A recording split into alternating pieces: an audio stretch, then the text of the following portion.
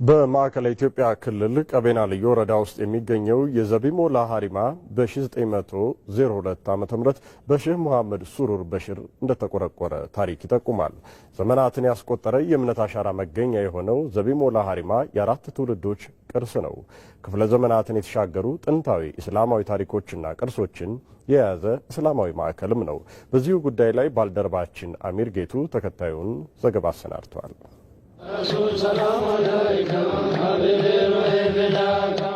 በኢትዮጵያ የእስልምና ታሪክ ውስጥ የገዘፈ ስምና ዝና ካላቸው ጥንታዊ መስጂዶች ውስጥ ዘቢሞላ ሀድራ ተጠቃሽ ነው።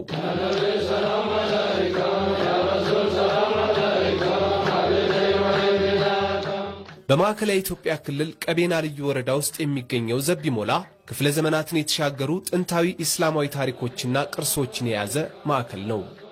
ዘቢሞላ ማለት ቋንቋው የቀቤንኛ ቋንቋ ነው። ትርጉሙ ምንድነው? የመድኃኒት ምድር ማለት ነው፣ ወይም ደግሞ የመድኃኒት መሬት ማለት ነው። ይህ የመድኃኒት መሬት የሚለው ስያሜ የተሰጠው ያለ ምክንያት አይደለም።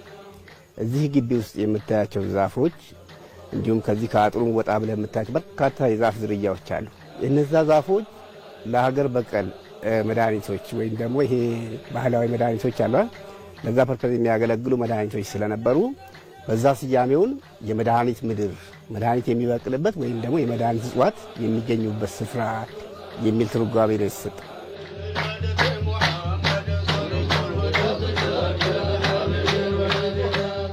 የአካባቢ ሰዎች እዚህ መጥተው ነበረ መድኃኒት ፍለጋ። ሐኪም ቤት አይሄዱም። ይሄ ተፈጥሮ ራሱ የለገሰችው መድኃኒት አለ። ዘቢ መድኃኒት ነው።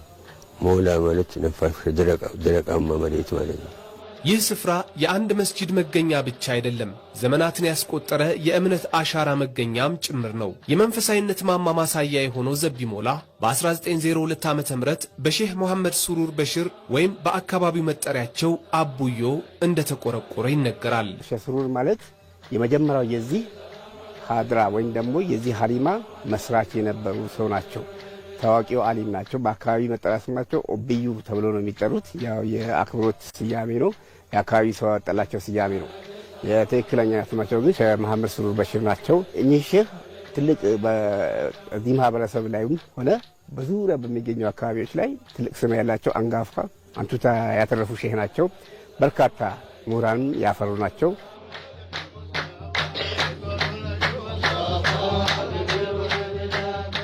ይሄ ቦታ አሁን የተቀመጥንበት ታሪካዊ ቦታ ነው። ታሪካዊ ቦታ ነው። ይሄ ህይወት የሚያድስ ቦታ ነው። ስለ ዱንያ የሚያወራ ሰው ታገኙ። እዚህ ጋር ጠዋት ስትነሳው የወፍ ድምፅ ነው የሚሰማው። ድምፅ ሰምተሃል? አሁን እዚህ ከገባ የለም ድምፅ የሚባል ነገሮች መጮህ የለም። በአደብ ነው። አልሐምዱሊላህ። ይሄ እነሱ ያወረሱን ትልቅ ከንዝ ነው። አያቶቻችን ያወረሱን። ይሄ የምታየው ደረሶች ከትምህርት ቤት ወጥቶ ትንንሽ ልጆች አደብ እንዲማሩ ነው የሚልኳቸው ወላጆች። ስርዓት ያበላል፣ ያካሄዱ የሰላት ስርዓት በተግባር ይማራሉ። እዚህ ማር ልጅ የተለየ ነው። ወደ ዘቢሞላ ሀድራ ለኢስላማዊ ትምህርት ከተለያዩ አካባቢዎች ብዛት ያላቸው ደረሶች ይመጣሉ። ለመውሊድ በዓል እንግዶች የሚተሙበትና የወርሃ ረመዳን መንፈሳዊ ክዋኔዎችና የስፍራው ደማቅ ድባብ ሀሪማውን ከፍ እንዲል ያደርጉታል። ዘቢሞላ የእውቀት ሽግግር ማዕከልም ጭምር ነው። ማዕከሉ ከተቋቋመበት ጊዜ አንስቶ በየዓመቱ ከ120 እስከ 150 የሚደርሱ ደረሳዎችን እያስተማረና እያስመረቀ በትውልድ ቅብብሎሽ እስከ ዛሬ ድረስ የዘለቀ ኢስላማዊ ተቋም ነው። በሀድራዎች የተከበበ አካባቢ ነው። ወደዛ ብትሄድ አልከሶ ሀድራ አለ፣ ወደዛ ብትሄድ አላባ አለ። እንዲህ በክልላችን ውስጥ በርካታ ሀድራዎች አሉ። እነዚህ በርካታ ሀድራዎች ውስጥ የነበሩ መሻይኮች የራሳቸው የሆነ የግንኙነት መስመር ነበራቸው። ኔትወርክ በመሐባ ይገናኙ ነበር፣ በስብ ይገናኙ ነበር።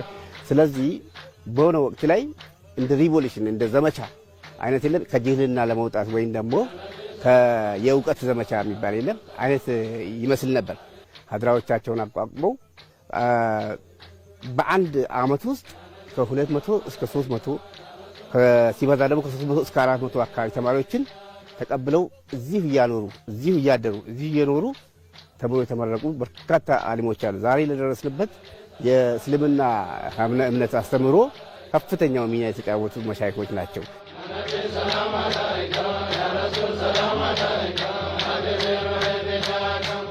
እነዛ መሻይኮች እንግዲህ ይታይ በዛ ወቅት ላይ በእጃቸው ነው በሚጽፉት በአካባቢ ከሚገኙ ይሄ የዛፎች ቅርፊት ምናምን መድ የሚባል ነገር አለ በቀሰም ምናምን አድርገው በሱ ጽፎ ነው ኪታቦቻቸው አብዛኞቹ እዚህ ሲገባ ታያቸዋለህ ሙዚየም ላይ እነዛ ኪታቦች በሙሉ በዛ መልኩ ጽፎ ነው ለኛ አሸጋገሩ ስትሮንግ ነበሩ ሰዎች በወቅቱ የነበሩ ሰዎች በጣም ጠንካራ ነበሩ ስለዚህ ከነሱ የተቀበልናቸው ነገሮች የተረከብናቸው ነገሮች ቢያንስ እንኳን ጨምረን እንኳን ባናሳድጋቸው እንዳይጠፉ መንከባከብ ግዴታ ስላለብን እየተንከባከብናቸው እንገኛለን ኢንሻአላህ በቀጣይ ደግሞ የተሻለ ነገር ተሰራለብን እናስባለን ሰው በመሆኑ ብቻ የሚከበርባቸው ቦታዎች ቢኖሩ እነዚህ ሀሪማዎች ናቸው ይሄ ደግሞ እኛ የምንፈልገውን ግብረ ገብነት ወደ ላቀ ደረጃ ለማሻገር ከፍተኛ ሚና አላቸው ሀድራዎች አስተምሮታቸው በሙሉ ጥሩ ነገርን ነው መልካም ነገርን ነው መተባበርን ነው ፍቅርን ነው አንድነትን ነው የሚሰብኩት ሀድራዎቻችን ከእውቀት ማሸጋገርን በላይ የመልካም እሴት ማበልጸጊያ ማዕከላት ናቸው ብለን ነው እኛ የምንወስደው በታሪክ ቅብብሎሽ የአራት ትውልዶች ቅርስ የሆነውን የዘቢ ሞላ ሀሪማን